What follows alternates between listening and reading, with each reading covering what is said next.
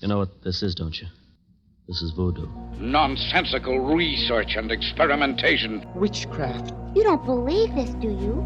The cult is full of superstition and mysticism. We're scientists. All this talk of scientific explanation, it's sinful, that's what it is. It's your imagination, I think. My imagination. It's not, I tell you. Here, I know what it is. It's here.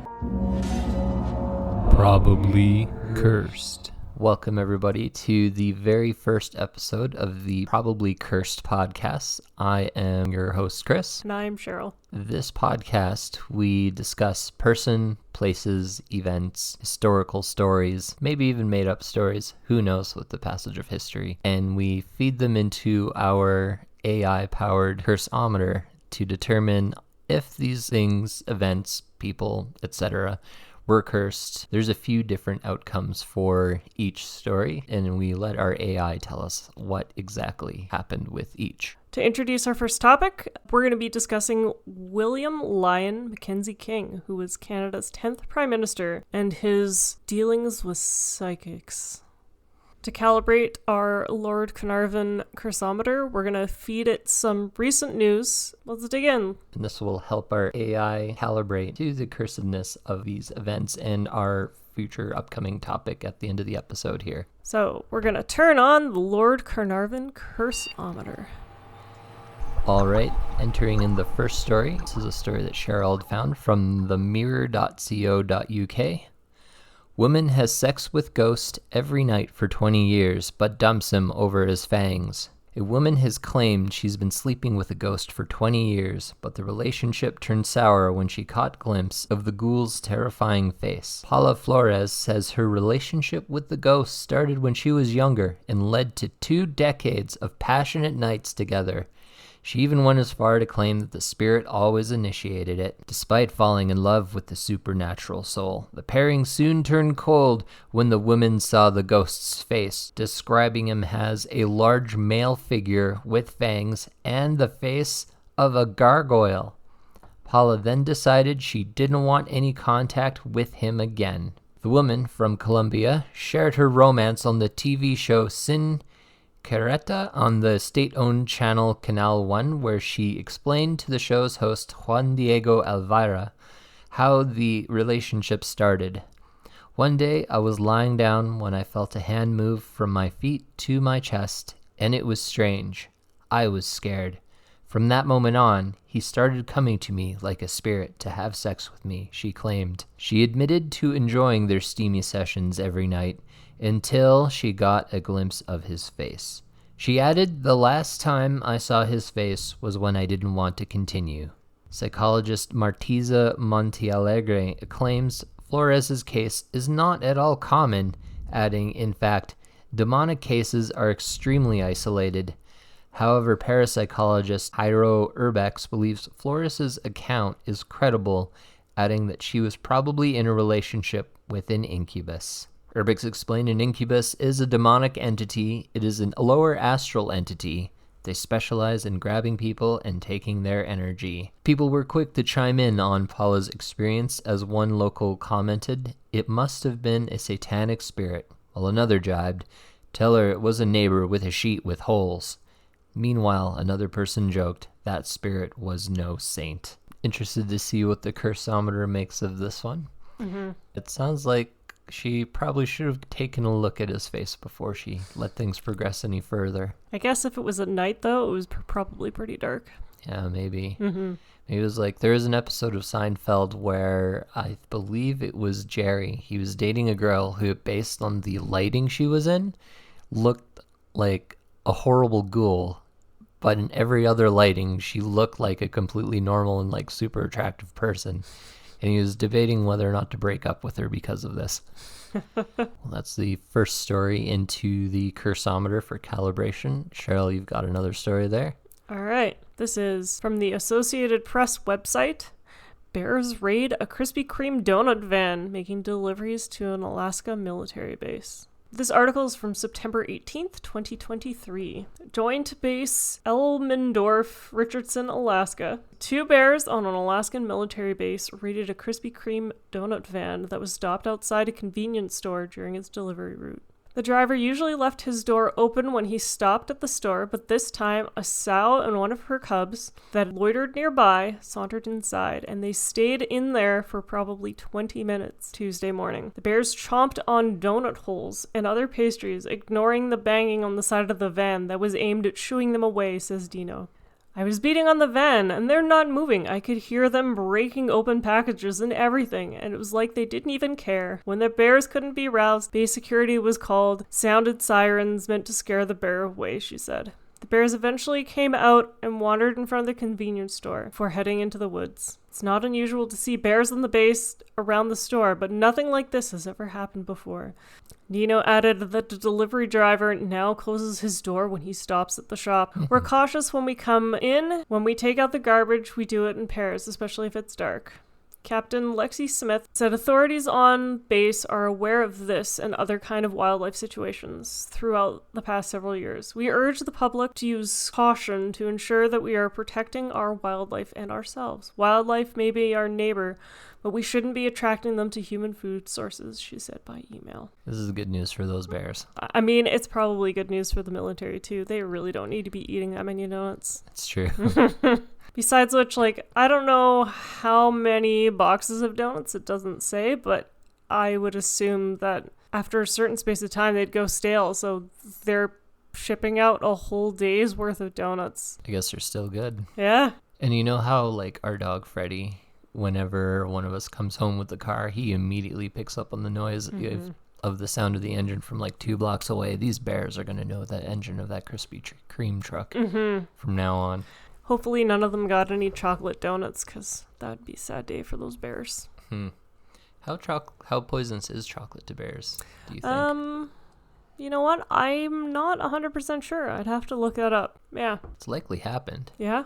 A lot of campers out there with s'more supplies. Bears probably wandered up and helped himself. That is true. We'll feed this one into the Lord Carnarvon Curse-O-Meter as well. Mm-hmm. Weep, weep, weep, weep, weep, weep, weep. And we will give it one more story here. So this last story is from December of last year, also from the Daily Mail. Blind psychic Baba Vanga, who previously predicted 2022 droughts and 9/11, warned we could expect a nuclear explosion and bioweapon tests on humans in 2023. We are recording this mid-October, so we've got some time for these predictions to come true. A blind psychic who correctly predicted the 9/11 attacks and claimed cities would face water shortages from droughts in 2022 claimed that we can expect bioweapons tests next year. Known as the Nostradamus of the Balkans, Baba Vanga, who died 25 years ago in 1996, made 5 terrifying prophecies for 2023 before her death. The Bulgarian mystic, who left predictions for every year up until 5079. Good Lord, that must be a huge book or diary. To be honest, though, it's nice to know it's going to be around that long. That's true. Yeah, if everyone's going to die in 2023, you don't need to write anything more for 2024. Nope. Unless you're counting on alien anthropologists deciphering our language, and then turns out she has predictions for them. Mm-hmm. Which would be creepy. So yeah, who left predictions for every year up until 5079, envisaged disastrous solar storms, bioweapons testing on humans, Earth's orbit to shift, a nuclear explosion, and an end to natural births in 2023. She's only got a few months left before the natural births need to stop. It's going to be a hell of a Christmas season. Vanga predicted that a big country will carry out bioweapon studies on humans, probably Australia, which would result in the deaths of thousands of people. However, the Biological Weapons Convention of the United Nations bans these types of experiments from being carried out. Baba, who correctly predicted the Chernobyl disaster, also warned of a potential nuclear power plant explosion in 2023. This eerie prediction comes as world leaders worry about a nuclear disaster in Ukraine. Just last month, powerful explosions shook the area around Ukraine's Zaporizhzhia nuclear power plant, with the UN's atomic energy chief calling the Russian war on Ukraine extremely disturbing. It's a bit of an understatement. Baba also predicted that next year the Earth would experience a change in its orbit somehow, although the details of such were not given. The arrival of a solar storm of a magnitude never before witnessed on planet Earth is another terrifying prophecy. So that would mean some pretty good northern lights. Maybe even the kind we can see in the daytime. Solar storms could cause mass blackouts and communications breakdowns, causing a slew of problems. Solar storms occur when a burst of energy is released from the sun, sending electrical charges, magnetic fields, and radiation hurtling towards the Earth. Another frightening prediction is that natural human births will be prohibited by governments. Oh, I thought it was like going to turn out to be a children of men type scenario where babies just stop being a thing. I mean, we're never going to have births prohibited here in Canada. Our population would drop so fast. We're already dropping so fast in population. I wonder, why she considered this would be a thing. I don't know. The outlandish scenario would occur when government officials allegedly push for the lab-grown production of all human life and restrict natural births. So factory assembly line babies from now on. Gosh, I hope that doesn't mean we have to become mandatory parents to a clone baby. I don't think that'll happen. Leaders and medical experts who would be able to decide who is born, while parents would be able to customize their traits and appearance, like hair color and eye color. She previously warned that large cities would face drought due to rising temperatures in 2022. The prediction appeared to have some weight to it, because earlier this year it was reported that Kent residents were issued a water warning for essential use only. Wait, so just one city was issued in Kent. In Kent. Which is in the UK. Yeah. So one county? I suppose so. Oh, okay. That's a sign that there's... She predicted it. How did she know? Somewhere on Earth there would be a drought. A drought, yeah. During the year. All right. However, some of her other predictions for 2022 have not stood up so far after she claimed the world would see terrifying events, including deadly tsunamis and another pandemic. I guess we did have monkeypox for a spell there. Yeah, very short spell of time. She did predict foreseeing an illness for Trump, which he did get COVID. Yeah. And an assassination attempt against Putin, which he probably might be true. Yeah, if it was true, he would cover it up, so we have no way of knowing. I'm sure there's Ukrainians plotting it right now. She also predicted a European economic collapse, which seems to slowly be happening. I don't know. I mean, the economy's kind of in a slump everywhere. Yes. 2018, she predicted the rise of China, that they would become the next great superpower, and a new form of energy would emerge on Venus. Well, part of that, I guess, is true. No word from Venus yet. No. I mean, it might have emerged there, but no one's there to see it. No. New power emerges on Venus, and it doesn't make a sound. 2017 was going to be the end of America. Oh, America's 44th president would be the last one. I remember my coworkers talking to me about this and saying it was likely to become true. Here's the thing that's funny to me, is she predicted that he would be the last one, but then how did she predict in 2019 that Trump and Putin would have COVID? Yeah. Like how can I'm confused. I think their followers are starting to make up information. Something's a little screwy here. She also predicted the end of Europe in 2016, the year that Europe would cease to exist, making a dire prediction of empty spaces and wasteland nearly devoid of any form of life. Which, Europe's still around. Sheryl and I were there earlier this year. The article itself makes some connections with the Brexit situation, but saying that Europe would cease to exist was kind of an extreme interpretation of Brexit rattling Europe. I guess. I mean, they're all still there, and there is forms of life everywhere. We saw them. Here's my favorite one. She even terrifyingly once claimed in a 1979 interview that Russia was to dominate the world, with the president Vladimir Putin to become Lord of the World. I bet it does say that on all the stationery now. Probably in Russian. Mm-hmm. And article wraps up here. It says Vanga grew up on a farm in what is now Macedonia and became blind after being dragged into a tornado when she was young, with believers saying this freak accident was what gave her second sight, which is kind of horrifying to think about. Mm-hmm. I'm just imagining that scene from Paranormal Activity where the woman gets dragged out of bed in the middle of the night, and she's the only one dragged into the tornado. Everyone else is sort of standing around watching it happen with horrified eyes. Yeah, I can imagine that actually happening. Also, did the tornado suck her eyes out? Or did she get stabbed in the eye with things while she was whirling around inside the tornado? Yeah. It took 2 of her eyes and only left her with her third eye. Mm-hmm. Well, I believe that's enough data for the Curse-O-Meter. We will wait for it to spit out the results here and activate. Please stand by. So the woman who broke up with her ghost husband, or ghost boyfriend, the Curse-O-Meter says she's probably blessed. No one wants to be in a relationship with a succubus. It's true. Even if they got fangs. Even if they're... I mean, maybe it's the gargoyle part, which probably saves her. Like, what if it was a real handsome face? Like, what if it was a fanged... Edward. Yeah.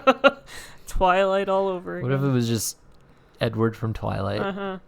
She'd probably have much different feelings about this. True. And the results for the bears breaking into the Krispy Kreme mobile.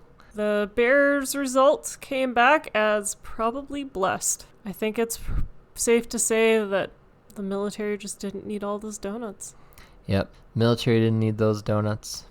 The bears got a donut blessing from Bear God. They'll come back next year when they are trying to fatten up for the winter and steal even more donuts. Oh, yeah. They're going to be unstoppable. Mm-hmm. They've got a taste for Krispy Kreme now. And for the final story about the blind psychic who is predicting various things for the next, what was it, like 3,000 years? Yes. Looks like the results are probably cursed. To be honest, she's dead and she's still having predictions spew out into the world. So, yeah, that's definitely cursed. And in like this day and age where people kind of continue to believe the unproven and oftentimes wrong words of a person long dead, doesn't bode well for the future. Mm-hmm. So it might be affecting people's lives right now who are predicting the next nuclear war, or that the government has decided that you guys don't need to make babies. We got baby making covered from now on. To be honest, I'm okay with that. Maybe you just get it like in a box in the mail. It's like, you've received your new government distributed baby. Here are the care instructions. So for those of you who are hoping to have children, get on it now before the government takes away your right. I mean, it sounds like she was predicting you get to like pick the features of your baby. Kind of. I think she had said something about the government being able to decide who had children and who didn't. Mm-hmm. So you don't know if you'd be one of the people picked to have children or not. So if you're planning for kids next year, because this is slated to happen in the next couple months, maybe write a nice flattering note to your member of parliament. Tell your president you love them, and maybe they'll get you up on the list. That's right. Bonus points if you write to them and say, please do not take away my rights to have children.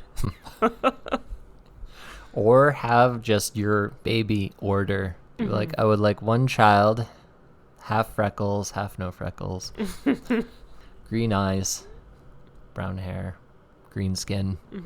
A reptilian. Now that we have properly calibrated the Curse-O-Meter, it's now time for the Probably Cursed Museum segment. Sheryl and I have traveled far and wide, visiting small towns, antique stores, thrift shops, estate sales, and have curated a respectable collection of haunting, creepy, and probably cursed items. Now, with every episode we release, one of our probably cursed artifacts becomes available for you to purchase for your very self as a way for you to help us support our podcast and help us reach our future goal of opening in physical, real-life, probably cursed museum. Today we are releasing artifact number 1. You can view it on our Probably Cursed store on Etsy or on Instagram. Just search for Probably Cursed and we should probably come up. Since this is an audio format, I'll describe the first artifact for our listeners. It's what is called a shuttered mirror. It's a small mirror, comes in an ornately carved wooden frame, and it has little wooden doors that enclose the mirror entirely, so when it's shut, you don't see the mirror. The mirror is just totally boxed in. The wood doors and frame are painted black and covered in little ornate metal embellishments. Sheryl and I discovered this hidden in the back clearance room of our local old Strathcona antique mall. I've tried to determine the origin of the mirror and have not come up with much. I would say the design on it does look kind of Indonesian, perhaps. Yeah, I would say so. I wasn't familiar with shuttered mirrors at all before, and it looks like, I don't know what you call it, an invention, a design, a knickknack for your home. It doesn't come from like a central point. Looks like cultures around the world have all produced their own shuttered mirrors for home use, various uses. I did look into like why does it have doors in it, and part of the reasons that I found is that if you're in a small enclosed space that moves around a lot, it's to protect your mirror from becoming broken and from something falling on it during travel. Ooh, like a caravan. Yeah. Nice. I asked ChatGPT what it might be for, and it said it might be to help people who are struggling with vanity to close off their mirror. I don't know. I like the other answer that they gave you, the one where it apologized to you because it made up an answer about ghosts escaping during lightning storms. It's true. So I had asked what were the superstitious reasons for wanting to cover a mirror, and one of them was that, so one of the things that people have said about mirrors is it can become a portal for spirits to enter into your home. So you should cover them. And it conflated that with, it decided that because mirrors have metal in them, and it used to be believed that metal could attract lightning, that it would make the mirrors more powerful. At which point I thought I would have heard about this before. And I asked ChatGPT to provide resources or provide its sources on that information, and it apologized to me for saying that it doesn't have any concrete source on that. Here to hear first. AI is predicting that if you don't cover your mirrors, ghosts will come through in lightning storms. It's true. It can't tell us why it knows. It's It just knows. It just needs us to know that's what can happen. So yeah, other reasons I'd found, Jewish traditions, they cover a mirror until after a funeral in case the spirit of the deceased becomes confused or trapped inside the mirror. The Chinese believe that mirrors can direct energy in their feng shui tradition, so it might be more worthwhile to cover it if you have to have your mirror in one particular place. Some superstitions believe a mirror can become portal or doorway, so this is like where traditions like Bloody Mary come from. But despite its mysterious origins and functions, Sheryl and I, it just appeared strange and beautiful and a little bit ominous. It made it a perfect addition to the Probably Cursed Museum. You'll be also happy to know, Sheryl, I conducted some animal testing with it. Nice. I carried the mirror around the house to all 3 of our pets to gauge their reactions. I filmed it, so I'll put it on our social media at the time of this episode releases. And I'll have to say, the dog was very interested. The rabbit couldn't really be bothered to look at it at all. That's fair. She was just too busy eating. And the bird got spooked and flew away. Oh, well, the bird normally likes mirrors, so that's probably a bad sign. It's true. So 1 out of 3 animals predict it's, because I want to test on animals because of their ability to sense evil. And so 1 out of 3 animals sense evil in this mirror. And if you'd like to add artifact number 1, this little mirror, to your own personal collection, head on to our Etsy store. It shares the name of this podcast, Probably Cursed, where it'll be up for sale there, along with various other goodies and upcycled artworks that yours truly has made. They're on there as well. Now that the shopping portion of our podcast has concluded, it's time to address our probably cursed topic of the month. So William Lyon Mackenzie King was Canada's 10th Prime Minister, and he was in power for 3 consecutive terms, which spanned from 1921 to 1948, making him Canada's longest-serving Prime Minister to date. He was born in Berlin, Ontario, which is now technically Kitchener, Ontario, on December 17th, 1874, and died on July 22nd, 1950, at the age of 75. Ooh, ripe old age. Yeah, in Kingsmere, Quebec. A little bit more information on Prime Minister Mackenzie King. He was part of the Liberal Party, though some might say he was a bit too liberal in his ideas and his actions, especially when surrounding the occult. Only a few weeks after his death, Mackenzie King's friend exposed his occult dealings to the world. The article made the front page of the Psychic News. His friend, the Duchess of Hamilton, noted that Mackenzie King only spoke to reputable mediums, in quotations. Mackenzie King kept his dealings with the dead mostly secret from the public, although occasionally he would let slip that he had been conversing with dead politicians. In a book from historian Alan Levine titled King, William Lyon Mackenzie King, Life Guided by the Hand of Destiny, Levine wrote that Mackenzie King consulted with mediums on a regular basis, looking for a way to communicate with the dead and to contact such spirits as Leonardo da Vinci, Wilfrid Laurier, which was another one of Canada's prime ministers, Theodore Roosevelt, and his dead mother, Isabel Grace King. This led to him acquiring several nicknames, including Weird Willy and the Dingbat in the Canadian Belfry. Now, which one of those 2 nicknames do you think he preferred? I mean, Weird Willy's kind of catchy. That's true. At least 2 books were written about his dealings with the occult. Sometime in the 1970s, his personal diaries were leaked and revealed him to be a man who enjoyed the company of hookers, had a close relationship with his dog Pat the First. Just so you're aware, he had 3 dogs, all named Pat. You know, it saves you on new tags, new dog bowls.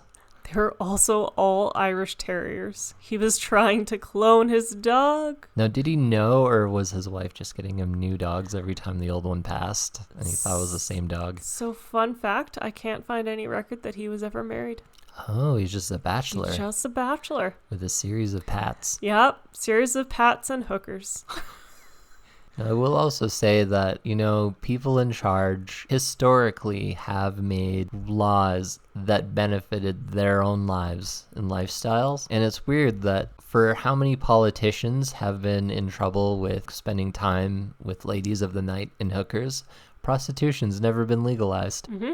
This is true. So I found articles that noted that, including consulting the dead spirits, Mackenzie King may have also consulted with Pat the First on political matters. In addition to these diaries, they exposed Mackenzie King as a man who conducted seances and table rapping sessions. With one article, I even found noting that he found formations in his shaving cream that he took as signs from the beyond. He believed in numerology, palm reading, and tea leaf reading. I assume this shaving cream is sort of a variation of that thing on The Simpsons where Lisa had the girls' slumber party where they were dropping wax into the water to see what their future husband would be. Pretty close, although the description that they give, I'll be reading it here in a second, I don't know how you see all these things in your shaving cream. My experience with shaving cream, I suppose, would be different than shaving cream from the 1940s, but I've never seen any strange images in my shaving cream.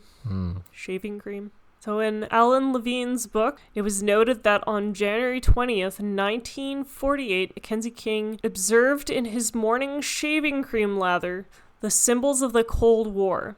A bear and an eagle. The bear seemed to be crushing the eagle, and then a dog, which he took to be Britain or maybe Canada, appeared and assisted the eagle by crushing the bear from on top of the eagle's wings. I gotta say, I find it suspicious as our prime minister, he couldn't decide which animal was Canada. I know. I don't know why he thought Canada would have been a dog. British has the bulldog. Yeah. What does Canada have? Canada Goose. Canada Goose. Mackenzie King also predicted the death of one of his dogs. His watch fell on the floor, and it stopped at 4:20 a.m. He heard a voice stating that his dog would die within 24 hours. And then later that night, his dog Pat, which, hello, they're all named Pat, crawled into bed and died at 4:20 a.m. Poor pupper. Was William Lyon Mackenzie King really talking to the dead and having visions, or was he just the dingbat everyone now thinks he was? Interesting. Like, I don't know if I would want a voice appear to me in the middle of the night, tell me my pet's gonna die in the next 24 hours. I mean, usually when that happens for me, it's an intrusive thought and I just ignore it, and guess what? Nothing happens. Oh, yeah, how many times did that occur to him? Yeah, how many times prior to that point did he just kind of have premonitions or whatever that he thought something was going to happen and then nothing happened? Yeah. I mean, if it was like the one and only time, I'd probably take the day off of work, spend time with the pet. Yeah. I mean, you get a good clear sign like that, you gotta take it. I also want to point out that was 4:20 a.m. I don't know if that's a reference to drugs or not, but it feels like he may have been on drugs when that prediction came to him. Oh, maybe. Yeah. I mean, they did have weed for like a long time, and I think at that time it hadn't been fully outlawed yet, so maybe he was 420 blazing it in the middle of the night, just before the beginning of his day. That's a weird time of night anyway. I'd also like to know who the reputable psychics were. I feel like, are there such thing as reputable psychics? Yeah, like there's probably like the big name psychics, like who's the one that always comes up around that time? Madame Blavatsky. Yeah, or the Fox sisters. Or the Fox sisters. Edgar Casey, maybe? Yeah. I might be off on my timing of psychics. But yeah, I don't know what makes them reputable. The Duchess seemed to have her sources, but I don't know, man.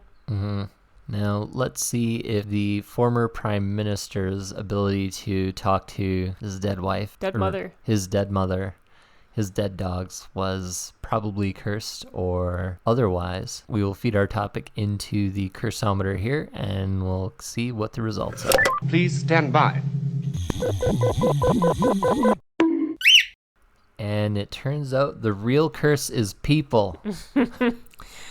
The influence of other people. Do you think that just refers to the psychics he was talking to himself? I think so. The other thing is that, like, he was looking for things and signs, and anyone who's ever, I don't know, tried looking for signs of something will know that they'll find those signs if they're looking for them. So I think he did it to himself. Yeah, that's true. Probably, I don't know, maybe you should have consulted a friend on this. Maybe revealed what he was writing into his diary to other people. Well, so a bit more information. His diaries were eventually released to the public, and a lot of the stuff in there, well, not a lot, but some of the stuff was redacted. So he picked and chose what things he wanted released to the public. So some of that information we may never know. He actually wrote it into his will, saying that certain parts of his diary would be released to the public. So somewhere it's sitting on the shelves, probably of Parliament Hill in Ottawa, all of his diaries with redacted information. Our current Prime Minister, Justin Trudeau, might have the full unedited copy. He's going through it. That's right. Becoming more powerful. So at the time, former world leaders consulting with psychics, sort of common, you know? It happened more often than not. I bet it still happens, they just don't talk about it. Like, shoot, who is the most recent? One of the first ladies of the United States did believe greatly in psychics. I know Abraham Lincoln's wife did. Yeah, and... Okay, looking up Vice's article, the first ladies who brought the occult to the White House. Nancy Reagan was one of them. Nice, well done. So in the 1996 book, The Choice, How Bill Clinton Won, author Bob Woodward, no stranger to a good scandal, wrote that the former First Lady communicated with Eleanor Roosevelt and Mahatma Gandhi during her husband's term. Though not Jesus, as that would have been, according to Woodward's retelling, too personal. I'm looking at another article online, and although Eleanor Roosevelt may have been involved in some psychic stuff, it actually looks like Franklin Roosevelt himself, the president, was receiving guidance from psychic readings during World War II. Yeah. It must be how the U.S. won. I guess so. The famous clairvoyant he used was named Jeannie Dixon. Jeannie Dixon. Mm-hmm. I dream of Jeannie. We also have Richard Nixon. Oh, Richard Nixon also consulted with Jeannie Dixon. Interesting. Yeah. She got around. She was the president's psychic. Gosh, I wonder who Trump's psychic was. I don't think he believes in psychic. Or maybe since he's a TV personality, he had a TV psychic on there with him. Like, I think Sylvia Brown's gone now, but maybe Miss Cleo from those late night infomercials back in the day. Yeah. Oh, there's a new celebrity psychic. I can't remember his name for the life of me, but got his own TLC show. All I can think of is John Edwards. No. He must still be around. Maybe. Maybe he's Biden's psychic. Oh, yeah. Well, there's also Teresa Caputo. Wait, is that the one with the hair? That's, yeah, the Long Island medium. The most bizarre hair I've ever heard of or seen. The other one is Tyler Henry, who is known as the Hollywood medium. He was born in 1996, if you want to feel old. Oh, wow. He's a baby. He was born when I was 11 years old. Yeah. He's got his own show on Netflix called Life After Death. I definitely haven't reached that amount of fame yet. If only I was a psychic baby born in 1996. Sydney, shout out to our other podcast host from I Went Outside Today. Get on it. Mm-hmm. It's the podcast where we make our third co-host on that podcast go out and do things. We've already made her do a psychic investigation course once. We could set her to a few more courses and then get ourselves shoehorned into a TLC show. But only a psychic will know if that comes to pass. Who knows if TV will even be around? Maybe it'll just be a Netflix special. I mean, if the nuclear holocaust happens and all those other things that the Baba Vanga was predicting, we won't have TV. Do you think we should wrap this up? I think so. So, yep. Tune into us. Subscribe wherever you get our pods. You'll be able to listen to us on the last day of every month. Also, make sure you check out our other podcast, I Went Outside Today, which is released on the 13th of every month. I'll say looking forward to bringing you our next topic at the end of November. I won't say much about it other than it involves some hairy hands. And that's probably enough to give away what the episode's about. But if you can't figure it out, wait till next month. This is one of your hosts, Chris, signing off. This is Cheryl. Thanks for joining us.